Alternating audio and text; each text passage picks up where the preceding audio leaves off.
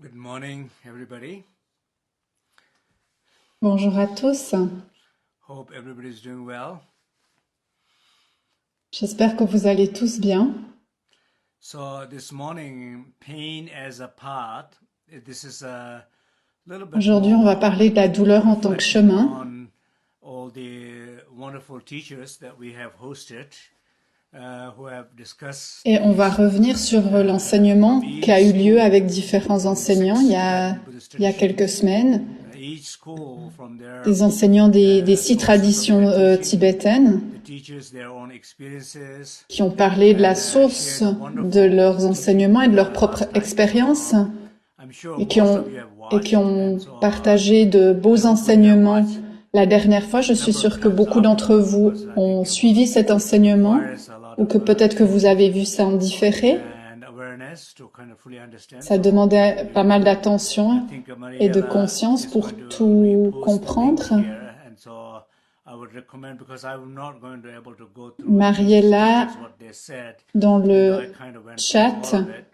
va remettre le lien pour pouvoir réécouter cet enseignement. Et moi, je vais juste relever certains aspects de ce qui a été dit la dernière fois. And from De la tradition Gelug, il y avait Yongdzin Rinpoche, il y avait la tradition Jonang, la tradition Sakya, Mingyur Rinpoche de la tradition Kagyu, il y avait aussi la tradition Nyingma et la tradition Bon. C'était différentes sources, différentes approches, et tous ont parlé de la douleur en tant que chemin. Comment la douleur peut devenir un chemin pour notre libération, pour notre transformation, pour grandir.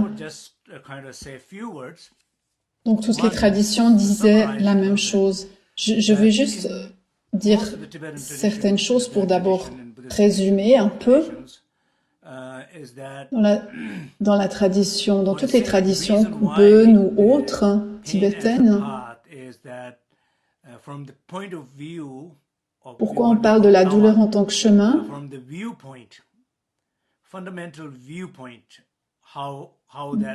Du point de vue de la vue fondamentale,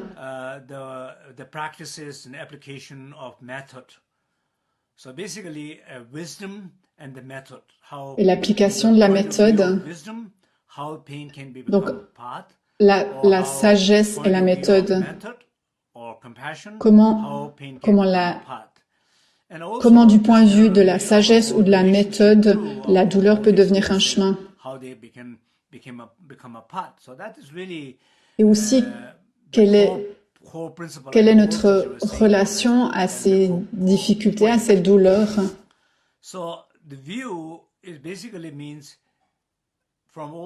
Ça, c'était quelque chose qui était partagé par toutes les différentes traditions.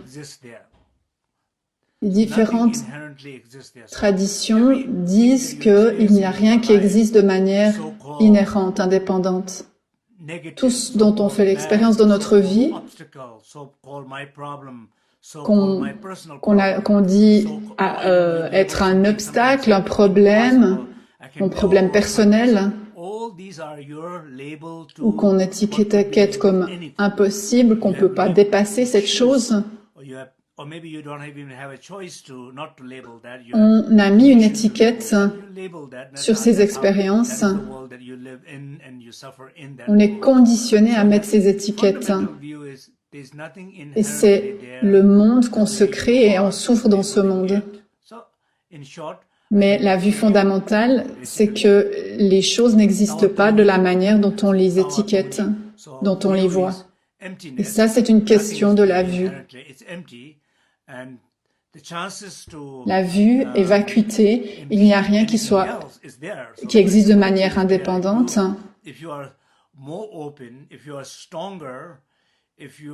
Et donc, la flexibilité est là si on est davantage ouvert.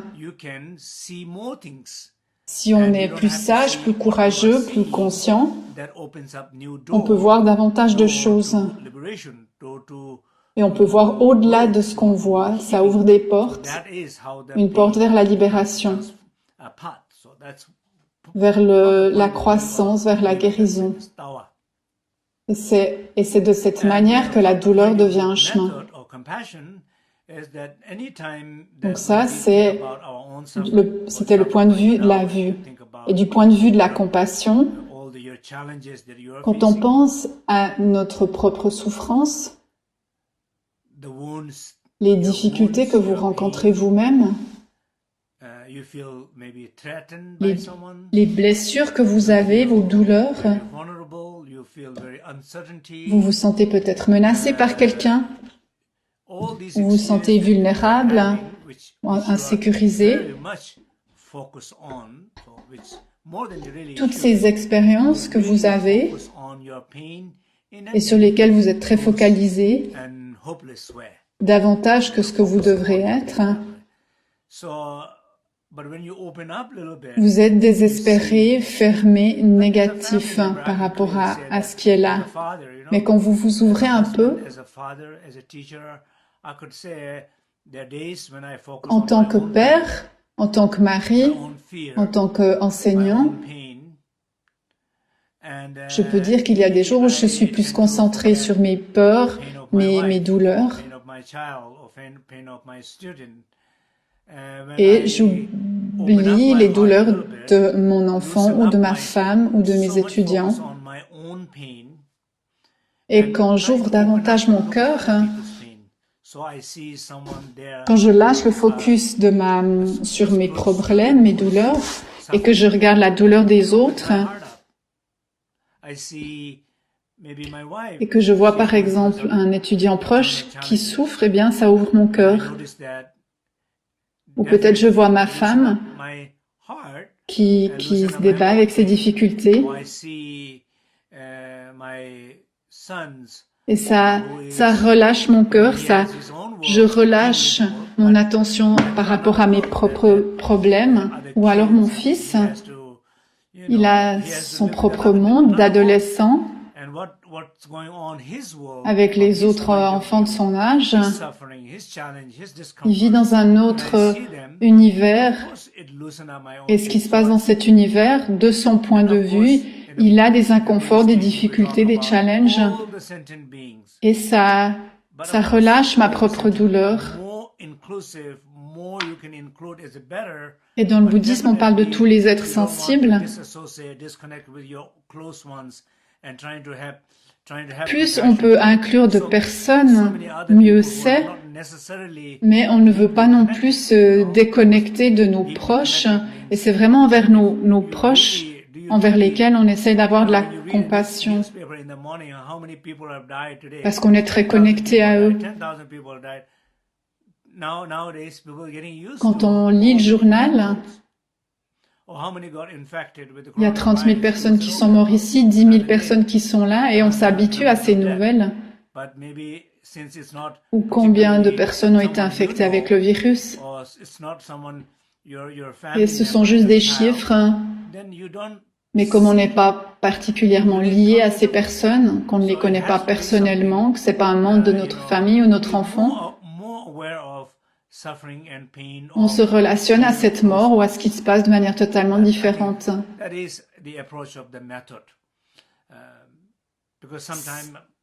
C'est important d'être plus conscient, plus ouvert à la douleur de nos proches. Ça, c'est la méthode.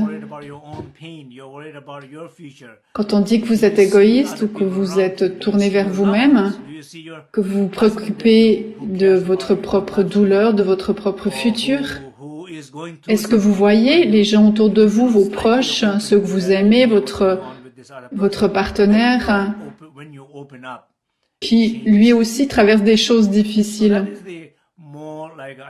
Est-ce que vous êtes ouvert à l'idée qu'il se passe aussi des choses difficiles pour cette personne? Et quand vous êtes ouvert à ça, ça vous change. Et ça, c'est plus lié à la question de la méthode.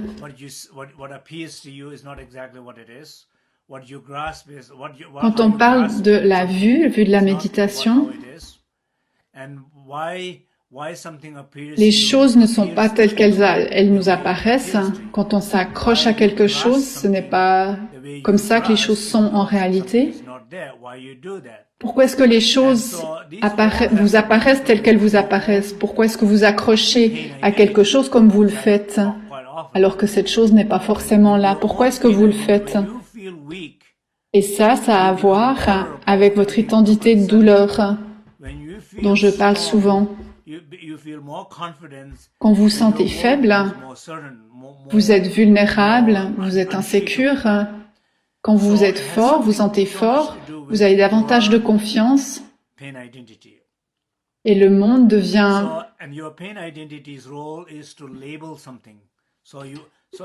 Vous vous sentez inébranlable. Mais ces expériences-là ont à voir avec votre identité de douleur. Et l'identité de douleur, elle met des étiquettes sur les choses. Si vous regardez en ce moment dans votre vie, si quelqu'un vous demande, parfois j'ai des étudiants qui me demandent, qui me disent, je vis quelque chose de difficile, je suis déprimé, je me sens perdu. Je me sens seule. Il y a des gens qui partagent cela avec moi. Et si c'est le cas pour vous de faire cette expérience-là aussi,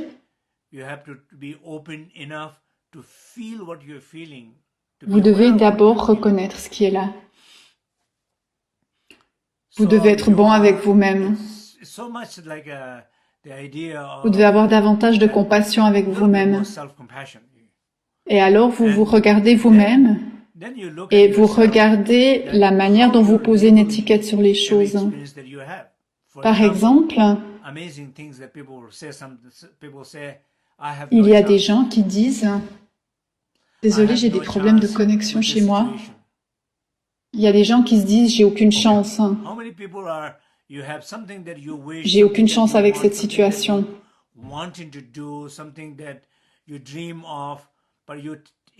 Combien d'entre vous avez l'impression qu'il y a quelque chose que vous aimeriez, que vous souhaiteriez, mais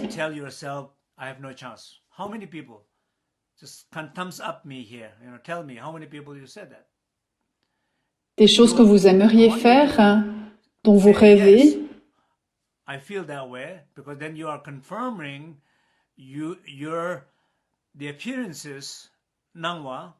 mais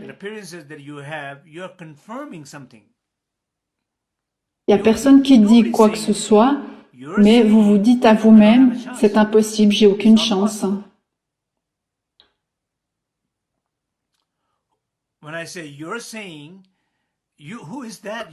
C'est vous-même, mais qui est ce vous qui pose cette étiquette? Ce n'est pas n'importe qui. C'est quelqu'un qui a été blessé.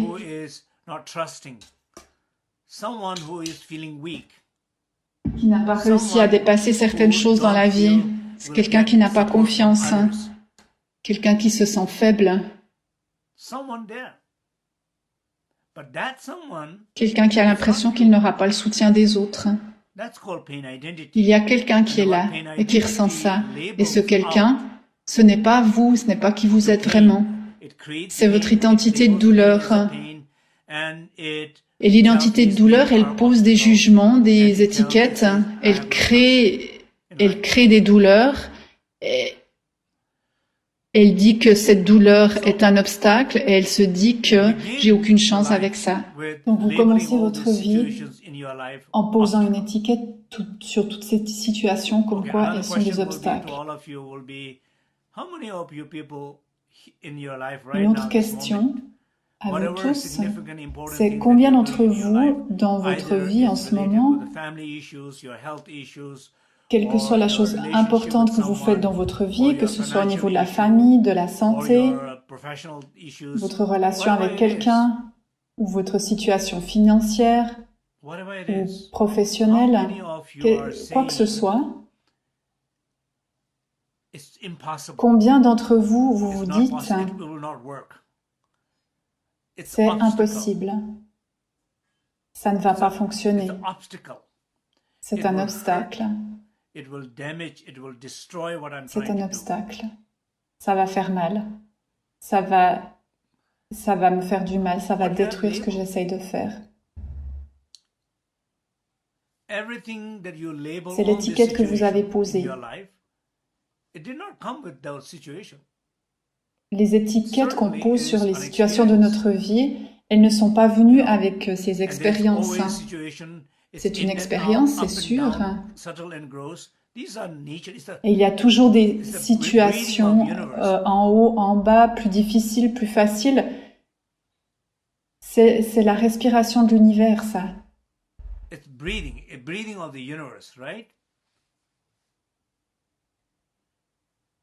C'est la respiration de l'univers.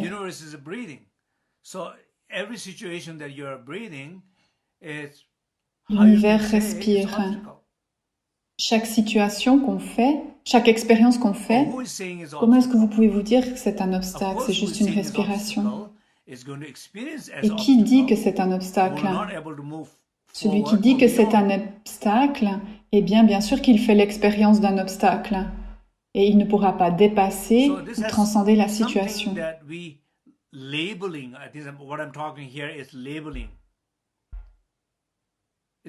On pose une étiquette. C'est important d'être au clair sur les étiquettes que vous posez.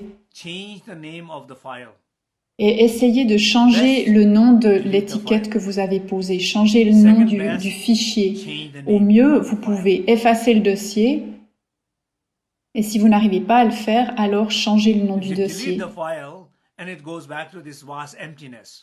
Si vous effacez le dossier, alors tout revient à la vacuité, à l'espace infini, à la conscience des possibilités infinies. Et donc ça change tout. Mais pour certaines raisons, vous n'avez pas réussi à effacer certaines histoires. Il y a tellement d'identité attachée à ces choses. Ce n'est pas possible d'effacer ces choses, mais au moins essayez de changer l'étiquette. Dites-vous, peut-être ce n'est pas un obstacle, peut-être ce n'est pas un problème. Maybe, peut-être ce n'est pas une menace. Ou peut-être que ça n'essaye pas de me détruire. Peut-être que ça essaye de m'aider. Ou peut-être que quelqu'un essaye en fait d'être gentil avec moi. Ça peut être... Peut-être que c'est l'univers qui essaye de m'enseigner quelque chose, ou c'est peut-être mon mari ou un proche qui essaye de m'enseigner quelque chose, mon partenaire. Une question simple dans la vie. Si vous avez l'impression, vous vous dites, je traverse une période difficile, vous pouvez vous poser la question, qu'est-ce que ça essaye de m'enseigner? Un pratiquant va essayer de se poser cette question.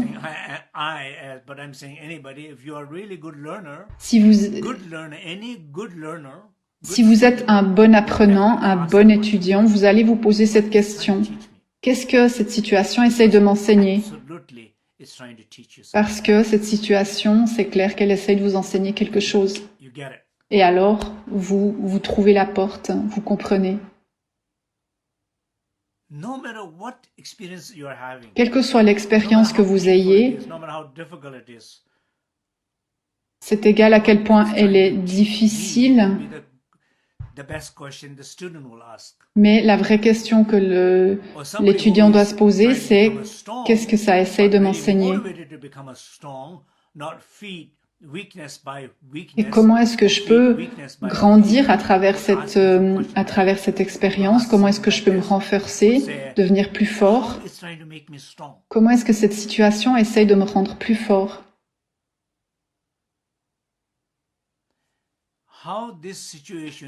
Comment est-ce que cette situation essaye de me rendre plus fort? parce que c'est ce qui est en train de se passer. Cette situation essaye de vous rendre plus fort. Posez-vous vraiment cette question. Allez dans cette question et contemplez profondément, méditez là-dessus, de manière formelle, informelle, tout au long de la journée, pendant que vous buvez votre café, pendant que vous êtes au stop. Comment est-ce que cette situation essaie de me rendre plus fort? Peut-être au bout de quelques jours, vous allez trouver la réponse et en l'espace de quelques semaines, vous vous sentirez beaucoup plus fort que ce que vous êtes jamais senti dans votre vie.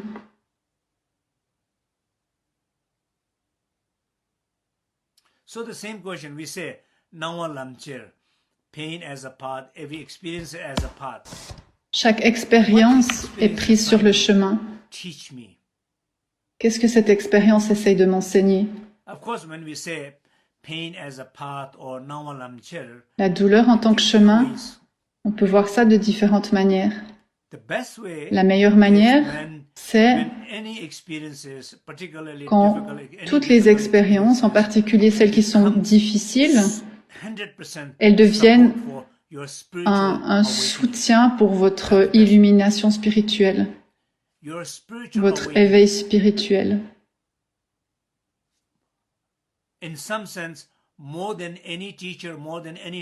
Davantage que toute transmission ou que toute bénédiction ou que tout enseignement d'un maître,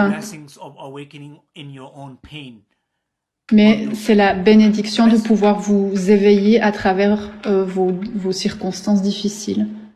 C'est le mieux qui puisse vous arriver. Et je le pense vraiment. C'est beaucoup plus fort que n'importe quel enseignement. Quand vous avez une relation correcte avec votre douleur, c'est la meilleure chose qui puisse vous arriver. Vous vous éveillez. C'est la première vérité. C'est la vérité de la souffrance. Et vous coupez à travers les 3 poisons, à travers l'ignorance. Si vous avez une bonne relation avec votre souffrance, ça vous amène à la cause de la souffrance, qui trouve sa racine dans l'ignorance. Et quand vous vous réveillez de cette ignorance, c'est le mieux qui puisse vous arriver, c'est votre réveil. Ça, c'est la meilleure chose. La deuxième manière, c'est quand ces expériences ne deviennent pas forcément la cause de votre éveil spirituel, mais au moins, elles vous donnent accès à vos plus belles qualités et vous rendent meilleur.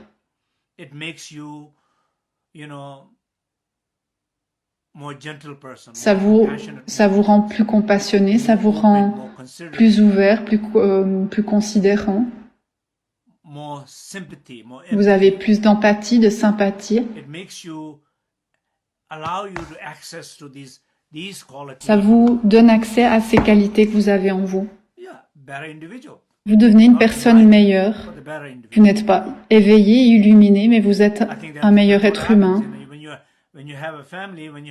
Quand vous avez des enfants, c'est ce que les enfants font en général. La douleur liée à un enfant en tant que parent, ça vous enseigne beaucoup.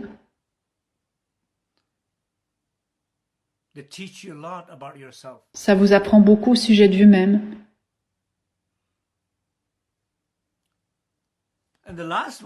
Et la troisième manière de se relationner à ces difficultés,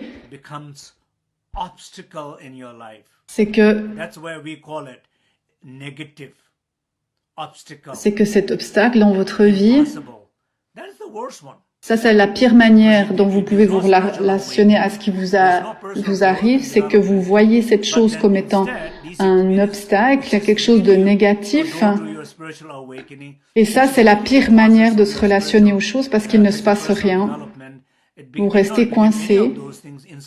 it becomes the obstacle. Vous ne devenez pas une personne meilleure, vous ne vous éveillez pas, mais vous restez coincé. That means you live in the world Vous vivez dans un monde the boundaries of obstacles. qui crée plein d'obstacles. You look around, Ceci ne marche pas, ça ne marche pas. you see negative everywhere. Et il y a des gens qui sont comme ça, ils voient du négatif partout. They live in the world of negativity, obstacles. Ils vivent dans un monde d'impossibilités, de négativité, d'obstacles, de problèmes So you don't want to qu'ils créent eux-mêmes. cannot awaken if you cannot grow, but at least avoid that. That's the Et ça, c'est last vraiment, advice here. le chemin à éviter. Even doubt about it, question about it. Is it really obstacle? Is it really Posez-vous bad? vraiment la question, est-ce que c'est vraiment si mauvais ce qui m'arrive en ce moment?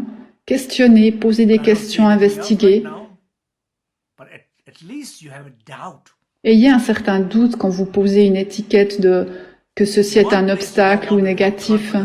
It's in your own suffering, pain, and obstacles.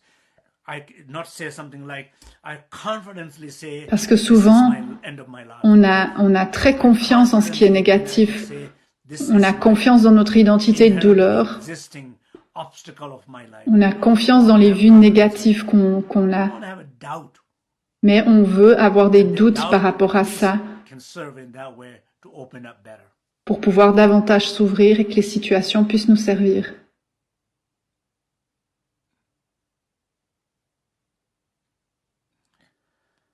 Okay, so I think maybe we can do a short meditation. On va faire une courte méditation ici. I hope, is it making sense? J'espère que ça fait sens. Est-ce que ça fait sens pour vous?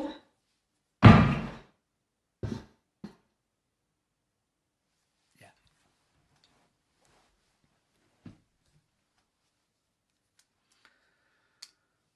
So sit comfortably. Asseyez-vous confortablement.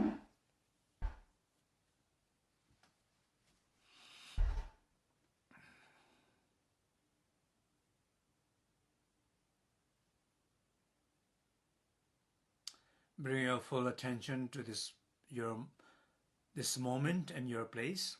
Amenez votre attention sur ici et maintenant.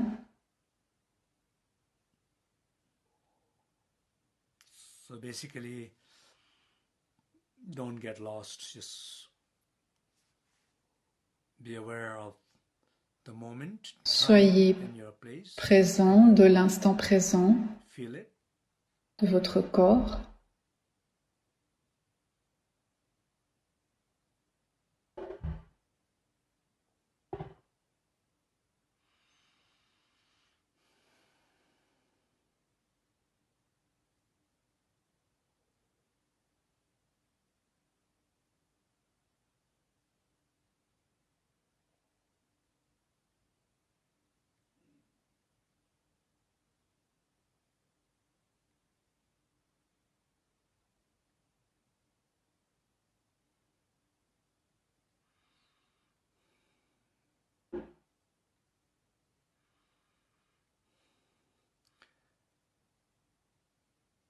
And whatever discomfort Et quel que soit l'inconfort que vous ressentez ou les efforts que vous ressentez dans votre corps, be aware of it. soyez-en conscient. Take a deep breathing. Prenez une inspiration profonde et respirez depuis cet endroit et expirez depuis cet endroit. Pain from your heart, your lung, your knee, whatever body, whichever part of body, just breathe out all the Expirez depuis l'endroit qui est douloureux pour vous and the end dans of votre the corps. exhalation, Et à la fin de l'expire, repeat it. reposez-vous profondément et vous répétez ça plusieurs fois. Vous inspirez dans l'endroit qui vous fait mal et vous expirez la douleur depuis cet endroit.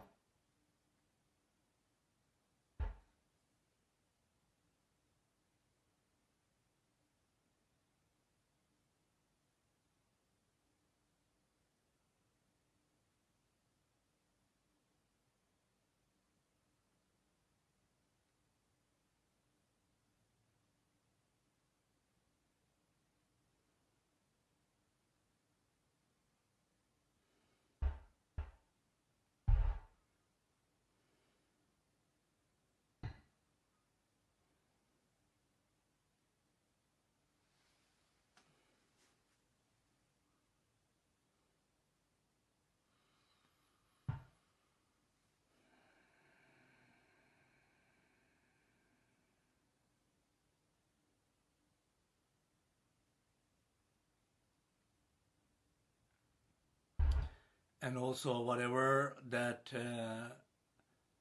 energy obstacles that you feel, just breathe it out. Et quel que soit l'obstacle que vous ressentez, ou la tension émotionnelle, ou dans votre esprit que vous ressentez, expirez-la avec le souffle. Expirez ces émotions de votre cœur et de votre esprit. Expirez. Utilisez le souffle pour dégager, pour relâcher.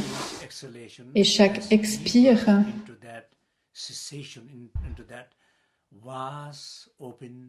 après chaque expire, reposez-vous dans cet espace illimité, cet espace sacré. On dit un espace illimité, sacré, qui est comme une mère. Et quand vous en êtes conscient de cet espace, l'enfant alors reconnaît la mère. La mère universelle, la mère essentielle. Reposez-vous dans cette immensité comme un enfant qui se repose dans les bras aimants de sa mère avec une confiance totale. Il n'y a aucun effort. L'enfant s'endort dans les bras de sa mère, il n'y a aucun effort, il y a une connexion, il y a la confiance. Il se sent protégé, il y a un sentiment d'amour. L'enfant se sent nourri. Ressentez ces qualités en vous comme un enfant qui est dans les bras de sa mère. Vous êtes cet enfant et l'espace est cette mère. Et tous les obstacles se dissolvent dans cet espace, se dissolvent dans la mer.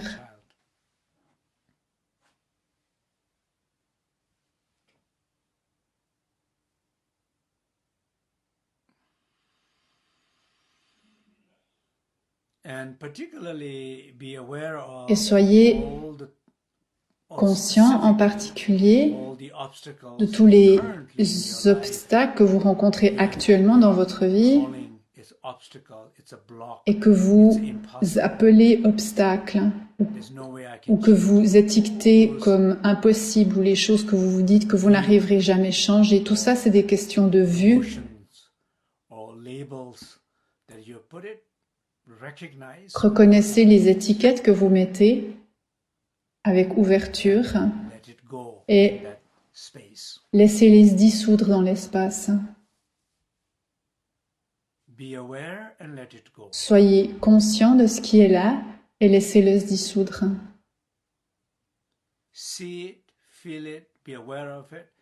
Voyez, ressentez et laissez les choses s'en aller. Laissez les choses se dissoudre dans l'espace illimité de la mère. Et l'enfant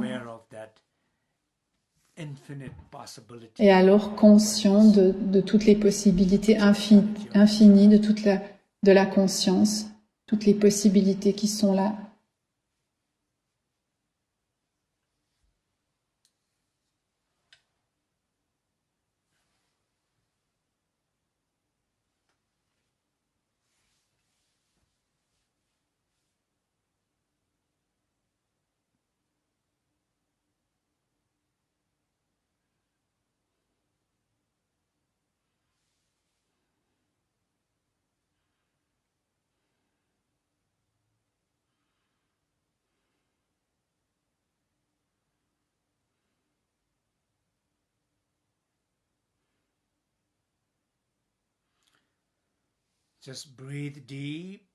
Respirez profondément.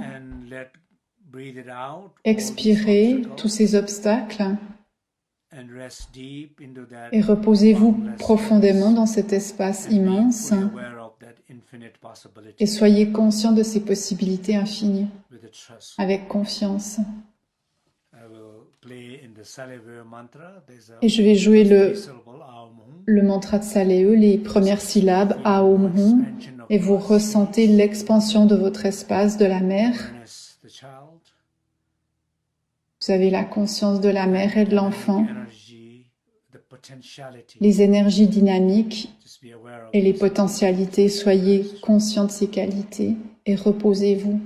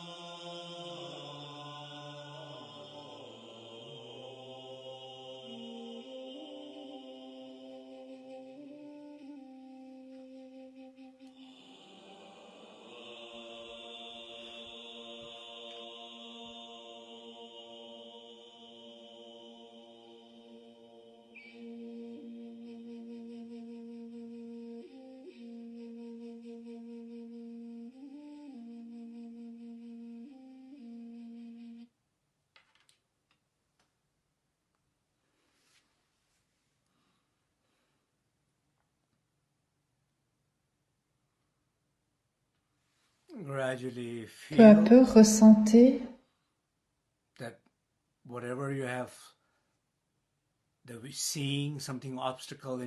les obstacles que vous avez vus dans votre vie ne sont pas des obstacles.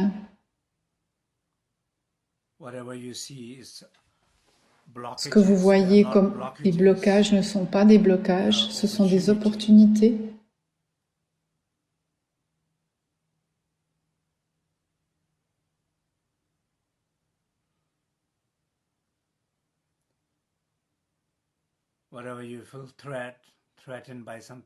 Ce que vous voyez comme menace n'est pas une menace, mais c'est une opportunité pour entraîner votre propre force.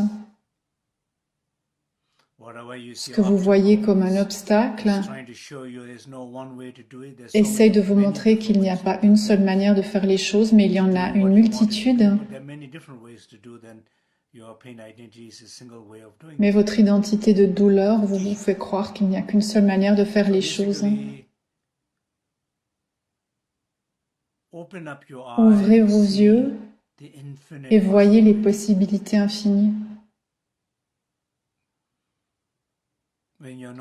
Quand vous n'êtes pas coincé dans votre douleur, dans ces expériences, que vous n'êtes pas coincé avec ces étiquettes, que vous les laissez se dissoudre, vous arrivez dans un espace immense, infini, où il y a tellement de possibilités. Ressentez cela.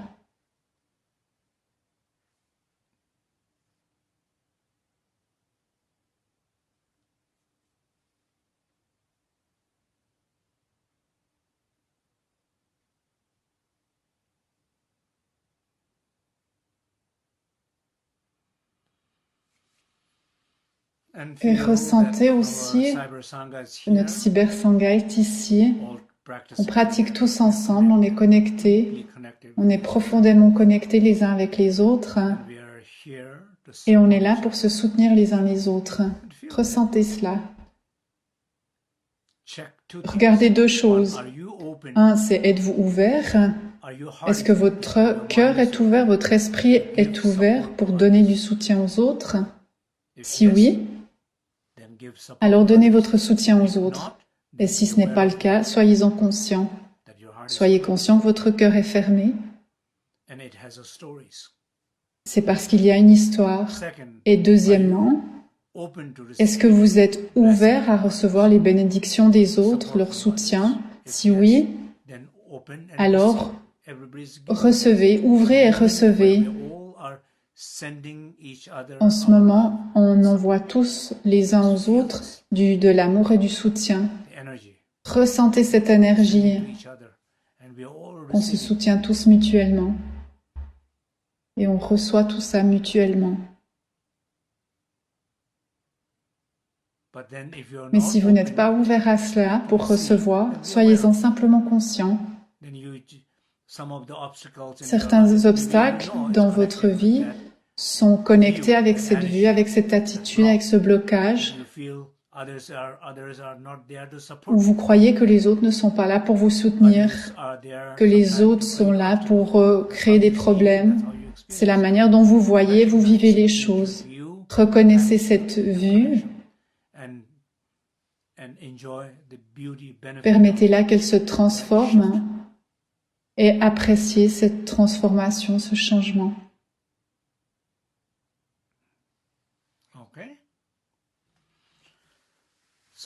Comment est-ce que vous allez?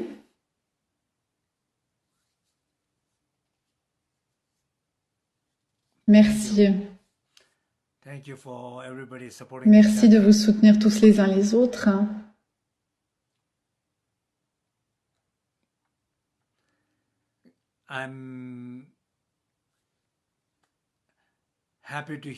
Je suis content d'entendre vos feedbacks, vos expériences, vos transformations grâce à cette méditation, votre compréhension de la perspective par rapport à votre situation dans votre vie.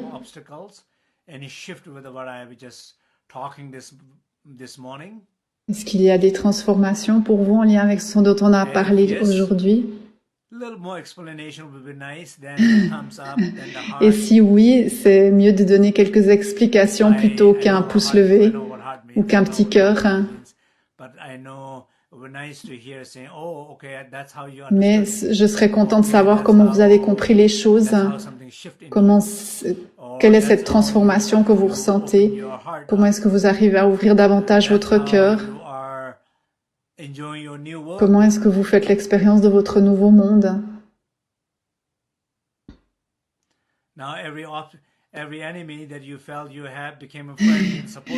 Comment est-ce que ceux que vous voyez comme des ennemis deviennent vos amis?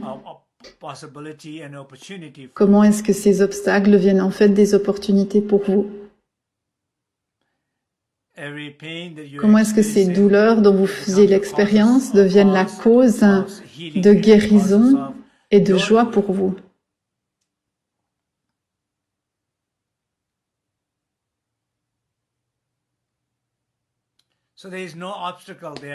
Il n'y a pas d'obstacle qui est là, mais les obstacles sont là uniquement quand vous posez une étiquette en disant obstacle.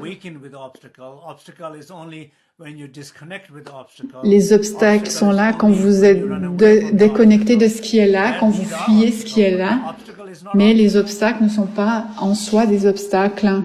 Ils n'ont jamais été des obstacles.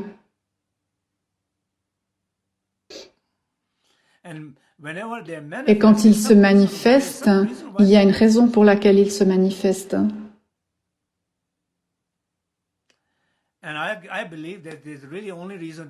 Et je pense que la seule raison pour laquelle il se manifeste, c'est parce que l'univers s'est rassemblé pour que vous puissiez apprendre quelque chose. C'est une opportunité pour reconnaître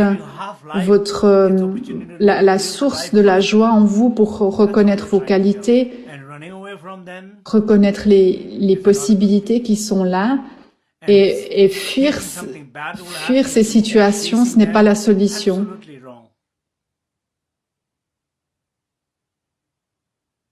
Vraiment, ce sont des opportunités. J'espère que tout cela fait sens pour vous. J'essaie de rendre les choses les plus simples possibles.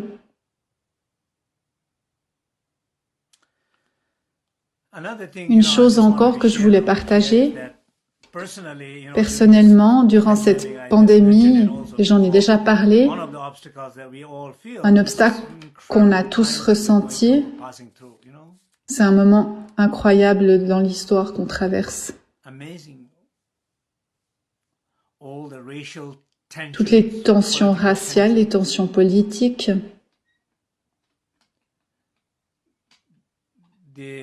la peur, de l'instabilité économique, la peur de la mort, la peur du futur qui est incertain.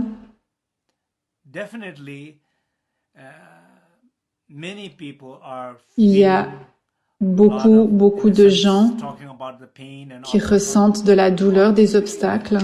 C'est naturel.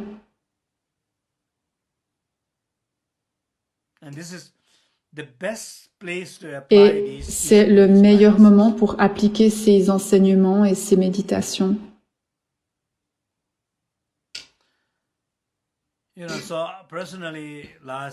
Durant ces derniers mois, personnellement, j'ai beaucoup été dans la nature.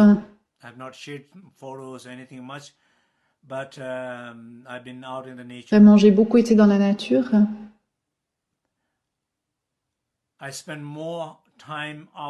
J'ai passé beaucoup plus de temps dans la nature et avec ma famille que jamais auparavant.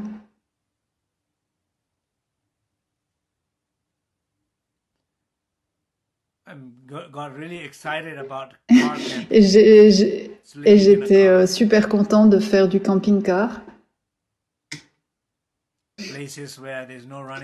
dans des endroits où il n'y a pas d'électricité. Il y a juste la lumière du soleil, il y a juste des lacs, de l'air, le vent.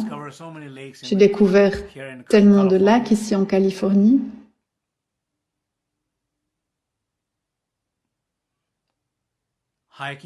J'ai marché durant des kilomètres et des kilomètres.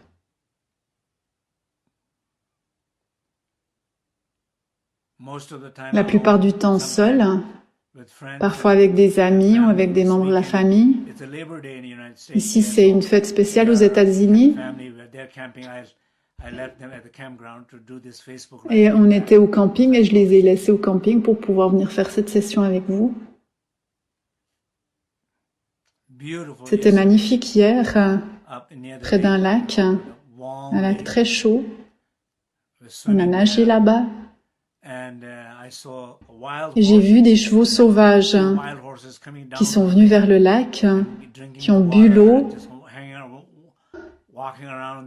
qui se sont promenés un moment là autour et qui sont repartis. C'était magnifique. C'est incroyable. Pourquoi est-ce que je dis ça? Je dis ça parce que une des choses importantes dans la vie, c'est l'engagement dans la vie. Je ne sais pas dire je vais ici, je vais là. Si vous savez ce que vous voulez faire, si vous faites ce que vous aimez faire, si vous êtes aidant pour les autres, si vous prêtez davantage attention à la douleur des autres, à leurs besoins, si vous faites davantage d'activités qui sont en lien avec ce que les gens ont besoin de votre part, ça va protéger votre vie. Ça va amener beaucoup plus de bonheur dans votre vie. La plupart des gens ne savent pas ce qu'ils devraient faire. Ils ne font pas ce qu'ils aiment faire.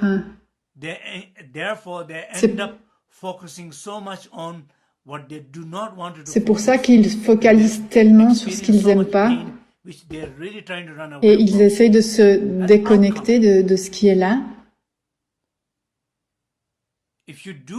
Mais si vous faites ce que vous aimez faire, vous n'allez pas être focalisé sur vos problèmes ou sur vos conflits,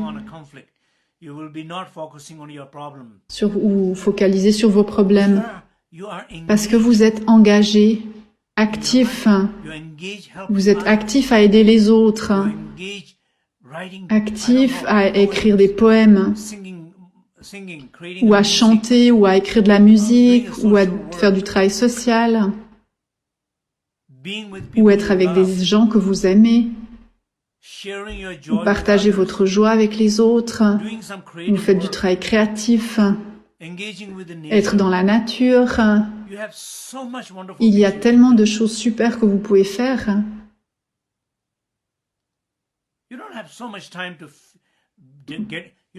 Vous n'avez pas le temps d'être déprimé, vous n'avez pas le temps de souffrir, pas le temps de ressentir la douleur.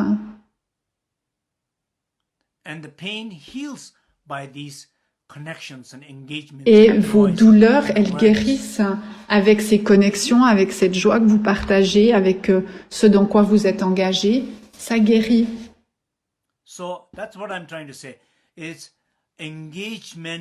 L'engagement, le fait d'être actif, c'est important.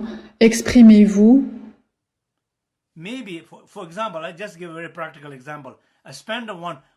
Un matin, j'ai passé 3 heures.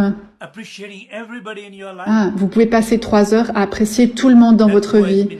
Toutes les personnes qui ont été bonnes avec vous et que vous avez peut-être oubliées, mais vous pouvez leur envoyer un petit message. 50 petits courts messages. Ça, c'est être actif. De la gratitude, de l'appréciation, se souvenir des bonnes choses qui sont arrivées dans votre vie. Un matin, vous touchez avec ça le cœur de 50 personnes. Et ces personnes vont se sentir tellement bien. Et ils seront tellement contents que vous vous souveniez d'eux. Peut-être qu'ils ont oublié, qu'ils vous ont aidé, mais ils seront touchés de votre message. Et ils seront contents de savoir que c'était important pour vous, que ça vous a touché, que ça vous a apporté quelque chose. Et vous allumerez alors la joie dans le cœur de ces gens. Qu'est-ce que vous pourriez faire de mieux de votre temps? Mais vous avez besoin d'une certaine énergie pour pouvoir le faire, et le faire plutôt que de passer la journée, la matinée, à tourner en rond dans l'obscurité et à devenir plus déprimé. L'engagement, faire quelque chose, être actif, aller quelque part, faire bouger votre corps, respirer plus profondément, exprimer votre joie. Faites quelque chose, faites ces choses.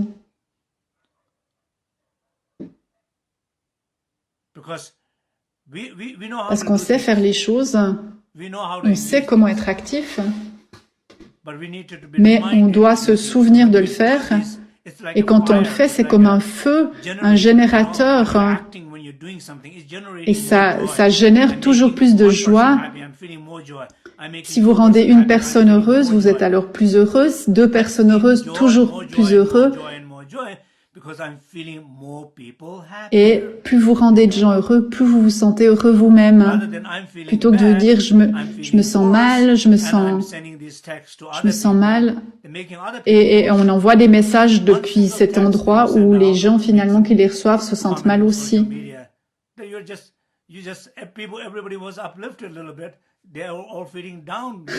Si les gens se sentaient bien avant votre message, ben une fois qu'ils ont reçu votre message, ils se sentent déprimés. Donc un engagement positif. On appelle la vertu faire quelque chose avec son corps, une action vertueuse. Et c'est beau. Aller dans la montagne, connecter avec la montagne, avec la nature, c'est magnifique. Et quand vous ressentez plus de connexion avec la nature, et vous revenez chez vous, et vous partagez cette énergie, cette vibration avec les gens, parce que les gens, ils en ont besoin. Les gens n'ont pas besoin de davantage de douleur, parce qu'ils en ont assez qui vient d'eux-mêmes. Ils n'ont pas besoin d'une histoire douloureuse supplémentaire, hein. Ils en ont assez. Ils ont besoin de solutions, de clarté. Ils ont besoin de se sentir allégés. Ils n'ont pas besoin d'écouter les histoires que vous répétez continuellement dans votre tête. À quoi ça sert de partager vos histoires que vous répétez tout le temps? En résumé, soyez actifs du point de vue du corps, de la parole et de l'esprit. Quand vous vous sentez déprimé, faites quelque chose de positif.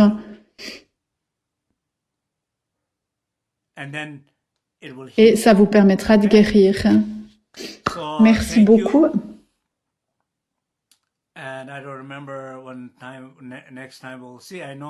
Le prochain rendez-vous, Rinpoche se souvient plus, mais ce sera dimanche prochain, le 13 septembre à 17h. Il y aura aussi au mois d'octobre des dialogues entre le bouddhisme et la science. Il y aura aussi une discussion de nouveau avec le Père Francis et avec d'autres geshe aussi. On va parler de foi, de logique. Et les 6 intervenants de la dernière fois, ils vont revenir. Donc regardez les informations sur cybersangha.net. Il y a tous les précédentes sessions qui sont disponibles et aussi des méditations guidées. On est tous là les uns pour les autres, pour se soutenir les uns les autres. Je vous envoie toutes mes bénédictions et tout mon amour à chacun d'entre vous. Merci beaucoup.